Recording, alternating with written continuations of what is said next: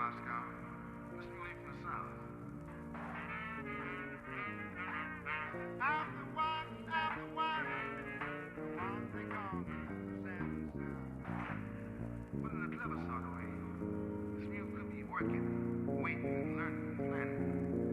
Hey, I can heal the sick and raise the dead. Welcome back to Animal Songs, a story set to music, written and performed by Jamie Holcomb. What happened in the past stays in the past, right? Well, we can only learn by experience. Memories inform our present choices. I wonder, what is remembered and held onto? What is meant to be forgotten and unlearned? I wonder. Sit back, relax, and watch the show, in your head, on screen, through the dots of your own eyes. Incubating in the earth, hidden pathways weave and tangle, dissolve and refresh. Alimentation, worm.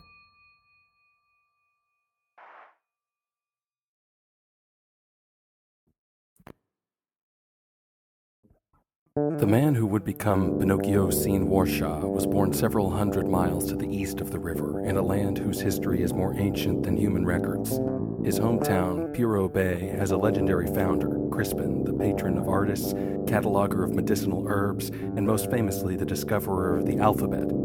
Young Pinocchio grew up in a straw house just 2 blocks away from the shrine of Crispen, a sandstone ziggurat, an angular pyramid composed of 5 square levels diminishing to a peak, a temple erected, so they say, on the site of Crispen's battle with a dragon, where the hero punched his famous oversized right fist into the monster's jaw and knocked out its teeth, giving birth to the first system of runes. Those shattered fangs fell into order on the ground, opening a portal to another world, as the story goes. Young Pinocchio would often visit Crispen's shrine, and he spent many hours exploring the catacombs below, hoping that he might find that magic place and so be transported far away from his ordinary life. Senor Seen Warshaw was a swineherd. He spent most of his time in the pig pens behind their straw house, tending to his animals. He was a solitary man who spoke little.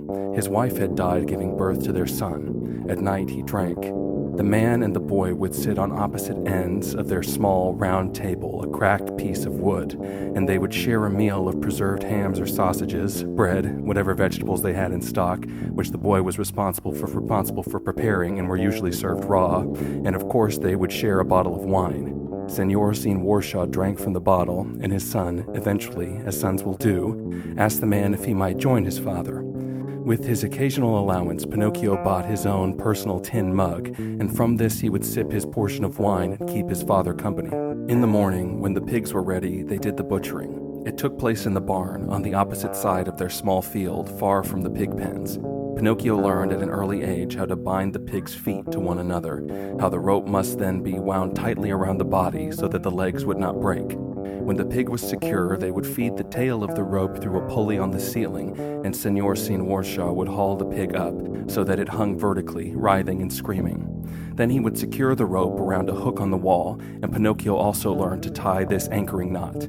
The boy was not the only son of a swineherd in Piro Bay, and at school, which he attended infrequently, he learned from his classmates the spirit of this ritual, how their jolly fathers soothed the pig and made jokes, and how they thanked death and life for their hilarious cruelty. The most religious fathers would burn incense and pray. Everyone thanked the pig. Senor Seen Warshaw said nothing. He raised his brutal dagger and grimaced. Like that, he cut into the pig's neck, and the only sound was the animal's frantic, weakening screams and the splatter of blood on the barn floor. Once, only once, Pinocchio tried to thank the pig. Just as his father raised his dagger, his leathery face contorted in that brutal grimace, Pinocchio had clapped his hands and said, in barely a whisper, "Thank you for your sacrifice." He'd shut his eyes, expecting to hear the whines and the splash of blood. Instead, there was a metallic clatter, and when he opened his eyes, he barely had time to understand the red fangs flying at him before he felt the impact. The left side of his face was a swollen, purple and green mess for weeks after. He never offended his father again. It was only natural that a boy raised by such a stoic, straightforward man would seek out some explanation for the world around him. His father instructed him in the superficial routines of life, and the meanings behind these actions were left to the boy to interpret. He first sought understanding at the school. The children were packed into one room filled with long wooden benches and tables, and they had ample time to discuss their developing understanding of the world. But poor Pinocchio's life was so different from the experiences of the other boys and girls, with their pious, irreverent fathers and their doting, generous mothers, that the stories his classmates conveyed may as well have been fairy tales taking place in some fanciful realm, inaccessible to boys like himself.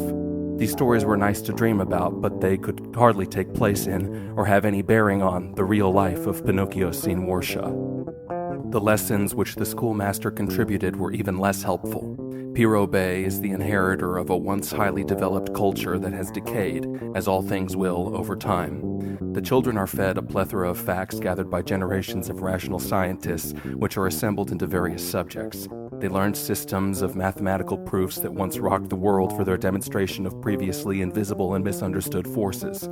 Likewise, their table of chemical components, a kind of chart of the elements which once woke the world, bleary-eyed and bewildered at the dazzling detail, at once immensely complicated and staggeringly simple, at work in the world behind the scenes, this chart was now, more or less, a list of words in a dead language.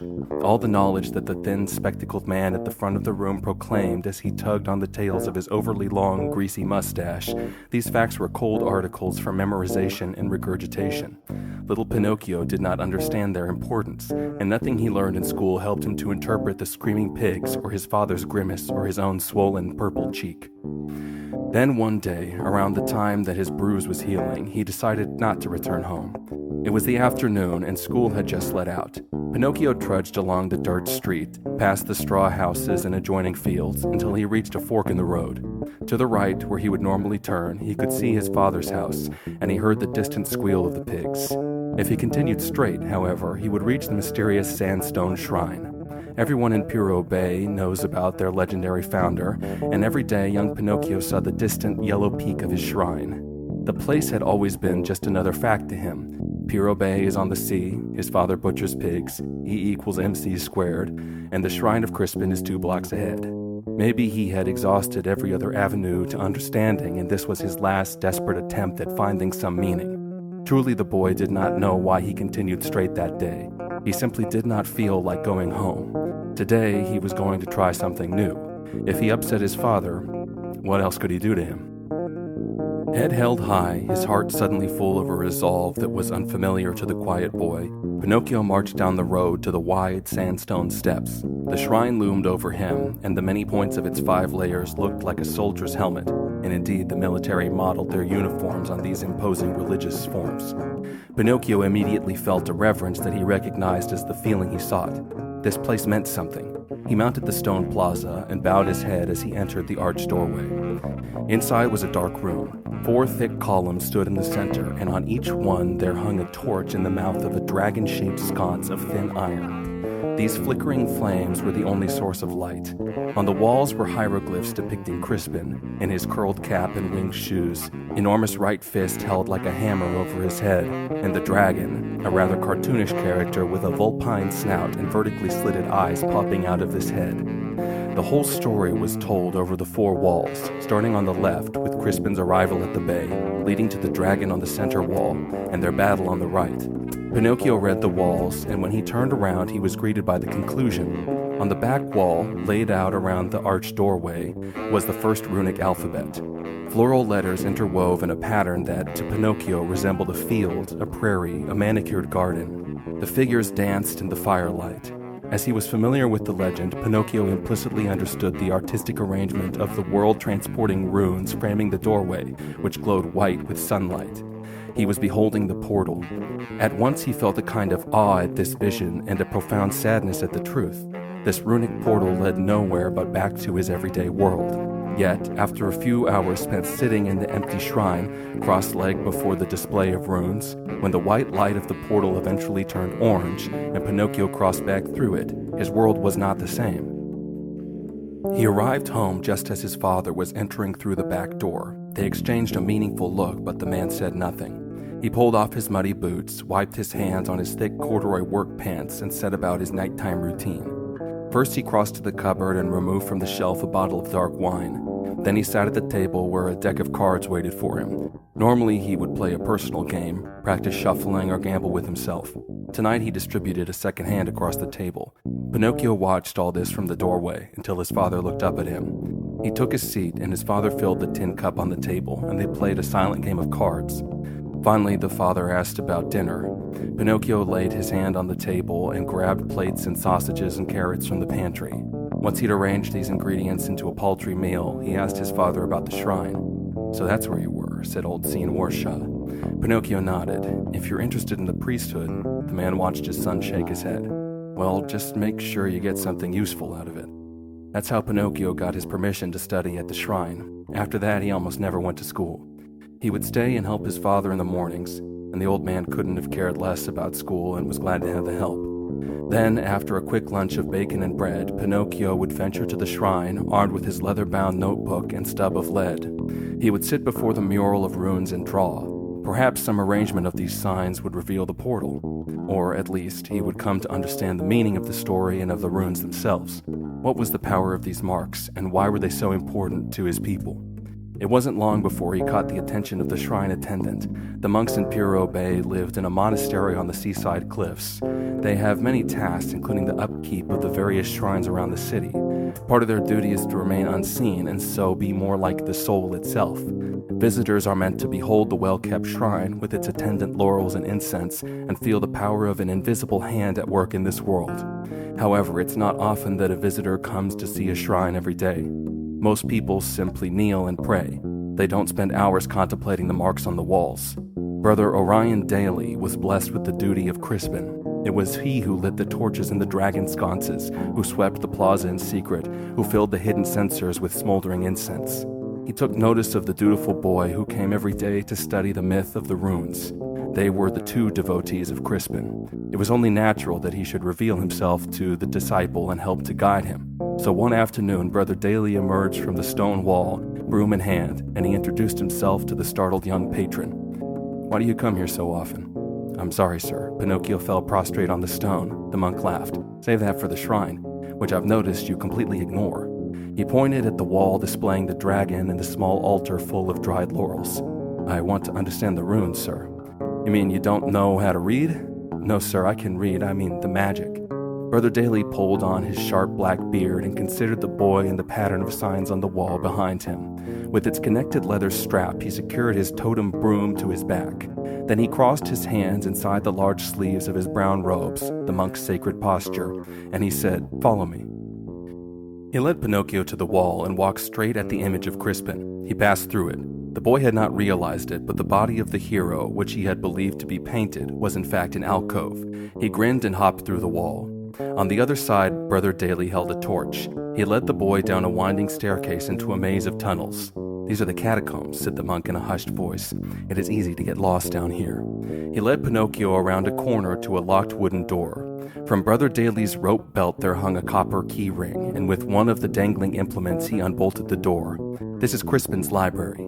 The room was a round cave sculpted in the earth. Several bookcases framed the dirt wall, and these were filled with scrolls and colorful felt covers. The whole room smelled like musty paper. Brother Daly ushered the boy to the reading table at the center where there stood a single stool. "Only the attendant of Crispen is meant to read these stories," said the monk. He waited for Pinocchio to take his seat. "I believe you are as much an attendant of Crispen as I am." The young Warshaw lowered himself onto the stool. He felt the depression in the wood, worn from generations of seated devotees. The table, too, bore shallow divots dug by the elbows of 1,000 or more dedicated scholars. A fat volume fell on the table with a thunderous grunt. Brother Daly smiled down at the boy. "If you want to understand magic, that's the best place to start." He pulled a brass candelabra from one of the shelves and set it on the table. Then he waved his torch across the wicks, creating 5 flickering flames. He bowed and crossed to the door. "I'll leave it unlocked for you in the afternoon." He winked. "And if you have any questions..." He waved his torch to indicate the shelves surrounding the boy. Laughing, he exited the room and closed the creaking, ancient door behind him. The excitement that young Warshaw felt as he sat there beholding the sacred tome would require several volumes to accurately describe. Simply put, the answer to everything, to his life, the pigs, his father, and to the mystery of the realm beyond this world was contained within these pages. Somewhere, if he read far enough, if he was brave and responsible and clever enough, he would discover the secret. The book cover was a faded olive green, turned somewhat metallic with age. In its center, in sparkling gold ink, there was stamped a symbol which the boy did not recognize. Heart racing, he opened the cover. He was greeted by a full-color illustration of Crispen battling the dragon. "Here we go," he said. He turned the page and he began to read a story he had heard 100 times. The book recounted the legend of Crispen, and when Pinocchio had finished the chapter, he sighed. He had learned nothing new. Maybe tomorrow when I read the next one. Another illustration divided the stories from each other, and this image depicted an underwater landscape in which a monstrous fish lurked in a bed of dark seaweed. The scene was not familiar to Pinocchio Seen Warshaw, and though he felt somewhat disappointed by today's offering, his excitement still flickered. The library was a sacred place, and he, this boy, right here in reality, was on a legendary quest. "I will find the answer," he whispered for the first time, these words that were to become his solemn vow.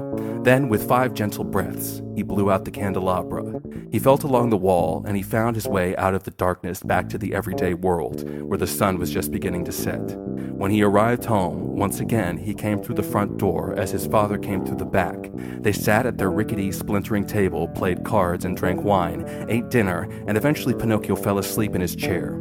Like every other night, Senor Seen Warshaw picked up the boy and carried him to his cot in the corner of the room. He covered the boy with the thick camel hair blanket he, the father, had inherited from his father, like the pig farm, which one day would be passed on to his son too. "Nothing," the man whispered. He turned away quickly and didn't finish the thought. From deep in his dreams, the boy heard his father's subtle lament, and, still asleep, he breathed the same sad word. The next day, father and son tended the pigs. Pinocchio scarfed down a lunch earlier than usual, and he raced to the shrine of Crispen. He passed through the hero's body, down to the catacombs, into the sacred library. The door was open, and the candelabra on the table was already lit for him. He clapped his hands and mumbled a quick thank you to the forces of life and death. Then he took his seat and dove into the pages of his mysterious tome. Today's story concerned a fish called Gabalua. It was a kind of nursery rhyme. Quatrains and couplets conveyed the life of a little fish who wished to be a whale with a repeating refrain. "Be careful, Gabalua, you're a little fish, and it might not be good to make such a great wish." The little fish tried everything in a fish's power to become a whale. He ate huge quantities of seaweed, but he just became sick and sluggish. He tried to imitate the way whales will swim to the surface to breathe, hoping the answer to their great size was in the air up there. But of course, when he broke from the water, he nearly suffocated, for his gills would not work in the pure air. Finally, he resolved to seek out the Sea King, the trident-wielding lord of the waters. The fish cried and fell on his fins before the king. He begged, saying that he would trade anything if he could only become a mighty whale. He was a little fish and he hated being small, always in danger of being eaten by this or that. All he wanted was to be a great big whale. He would trade anything. After a moment's consideration, the Sea King agreed. With his sharp trident, he skewered Gabalua and ate him raw. Now this god spoke to the audience. Someday the soul of Gabalua would become a whale. Of course, it wasn't up to anyone to say when. The poem ends with the Sea King crunching the fish bones while a choir of fish repeat the refrain. "Where is the answer?" said Warshaw, and he slammed the book shut. He opened his personal leather-bound journal to consult his transcription of the runes. What did this story have to do with Crispen, and what did either of them have to do with real, honest magic? He began to put together a few clues, some recurring symbols here, a similar thread of death there. He repeated his vow, "I will find the answer." Once again he blew out the candles and felt his way through the darkness to return home as the sun set. This routine repeated many times. Seasons changed and the days grew shorter, so that the boy emerged from darkness into night. He read story after story, understanding some things, but waiting angrily for the satisfaction he sought. He still attended the slaughter with his father several times a week, but where he had once beheld the struggling pig with horror, he now regarded the animal with disdain. "Quit your whining," he whispered into the writhing pig's ear. Seen Warshaw's eyes went wide and his mouth fell open, and for a moment he glanced at the curved blade in his hand, though he did not know why. His son was already untying the anchor knot, lowering the animal, and there was no time to get lost in one's thoughts. They butchered the animal and carried the portions to the smokehouse, a shed behind the barn, where they hung hams and deposited bacon strips into salt barrels. The man watched the boy and wordlessly contemplated the scowl on his son's face. Brother Daly, too, had noticed the change in his disciple. He was as dutiful and studious as ever, but his frustration radiated from him like a sour fume. "It will pass," muttered the monk as he watched the boy and his storm cloud depart into the night. "Everyone, sometimes." Still, Pinocchio's vow was sincere. He would not give up his quest. It was time, he felt, to begin exploring new avenues.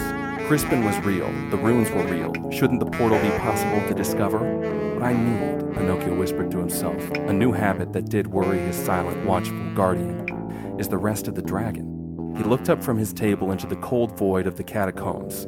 That is how he began his practice. From then on, when he arrived at the shrine, he would pass through Crispen's body, down to the attendant's library, read a selection from the sacred text, and make a few notes in his journal. Then he would lift the candelabra and proceed into the dark passage. The catacombs are a network of earthen tunnels, lined with shallow ledges. On each of these shelves lays the smiling skeleton of a monk. Brother Daly's body will be laid to rest in this crypt, just like all his predecessors, dating back to the first friends of Crispen, so they say. What fascinated the young Pinocchio-scene Warsha about these halls was the myth of their creation. The shrine was built on the site of Crispen's battle. These tunnels had once been the monster's lair. If he could find the origin, the true site of the hero's victory, he would find the portal. The dragon's skeleton was hidden somewhere deep within this crypt. At first, he was responsible. He would explore one tunnel a day. That was the rule he made with himself. Exiting the library, he walked straight down the dark passage. He ignored the rats and jittering insects crawling among the bones. The skeletons did not frighten him. He was familiar with death. The tunnel extended only a few feet before it forked in 3 different directions. "Tomorrow I will start on the left," said Pinocchio. He returned to the staircase and left the shrine. Brother Daly watched from the walls. As he swept the shrines that night, he considered at what point he should intervene, and he came to no conclusions. The next day, the boy was true to his word. He read a fairy story concerning a tailor who was transformed into a mule for his egotism. In his notebook, he scribbled and underlined the word mule. Then he picked up the candelabra and ventured down the tunnel to follow the left-hand path. A subtle drip beckoned him. "This must lead near the bay," Pinocchio whispered. He passed the point where the water fell, 2 fanged rock formations that had excited the boy at first but proved to be nothing. The path curled and he was disappointed when he emerged out of the middle fork back where he had started. "Tomorrow I will explore the path to the right," he said, and he retreated. This branch of the catacombs proved to be more fruitful. Almost every step a new tunnel broke off from the last, so that Pinocchio's exploration went very slowly and spread across several weeks. He began carrying his notebook with him to draw a map of the crypt. There were almost no features to differentiate one tunnel from the next, apart from the occasional dripping stalagmite. These became his markers. He called them dragon teeth, partly to amuse himself, but mostly to give him hope that his quest would lead somewhere. Brother Daly watched his disciple come and go, feeling a strange mixture of pride and fear. The catacombs were uncharted for a reason. They were a sacred mystery and should be left that way. "That's what they say about everything," the monk mumbled to himself, and he immediately fell to his knees before the altar and whispered a solemn incantation of forgiveness. Years passed, and Pinocchio-scene Warsha grew into a proud and well-read, if somewhat uneducated, young man. He had spent a great deal of time with the first tome, which he had almost finished. However, the real source of his pride was not the wisdom he had gained in his reading. Contained in the pages of his notebook was a complete map of the underground tunnels. "How have your studies progressed?" asked Brother Daly one day. He had intruded on the young man in the library under the pretense of sweeping the cavern. Warsha was visibly annoyed. The young man spiffed the lapels of his suit jacket and cleared his throat. "I believe I've learned just about everything." "Is that so?" Brother Daly waved to the shelves cluttered with scrolls. "Then I made the right choice in giving you that first selection. Any book would have served the same purpose." "Well, enlighten me." Warsha smiled coolly. The monk had not noticed before, but here in the glow of the candelabra, he saw that his pupil had a serious overbite. "It's nothing." "No, tell me." "It's all nothing." Brother Daly cocked his head. As we have observed, the monks follow a code of invisibility as an expression of their fundamental understanding. This boy, with his journey through the catacombs, not to mention his hours of study, might have come to some enlightenment.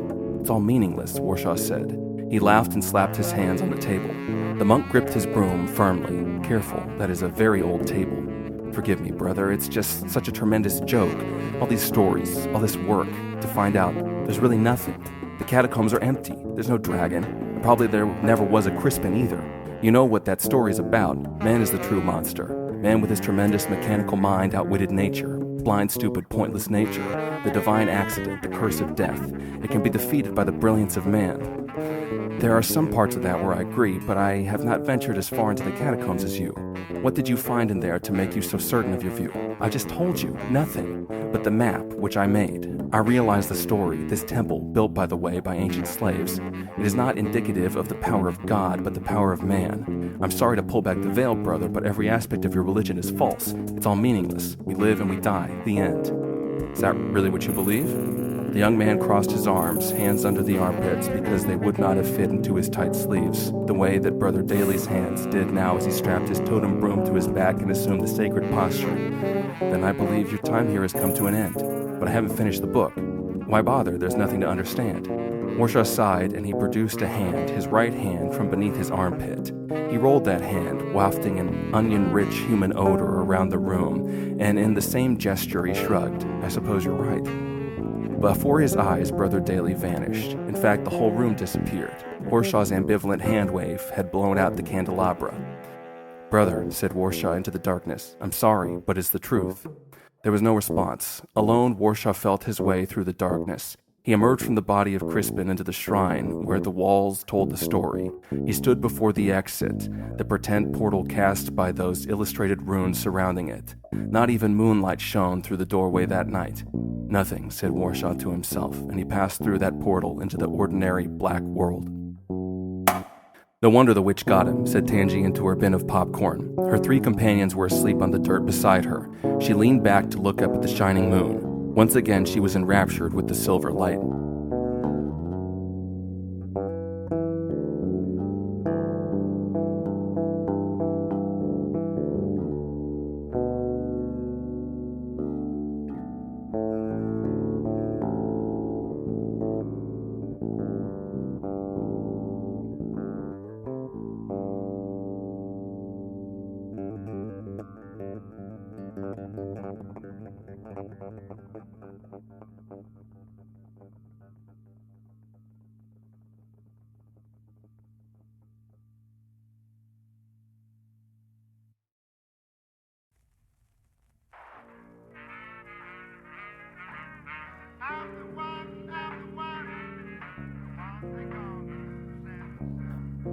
This has been Animal Songs, written and performed by Jamie Holcomb, produced by Supermoon.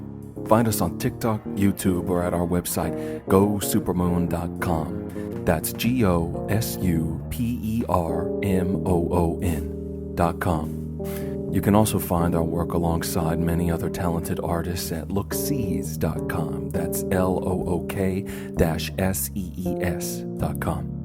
This concludes the Worm chapter. I wonder what spirit we will meet next. Until then, thank you for listening. All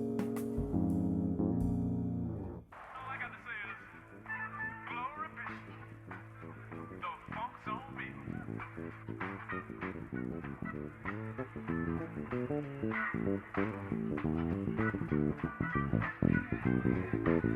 want to tell you what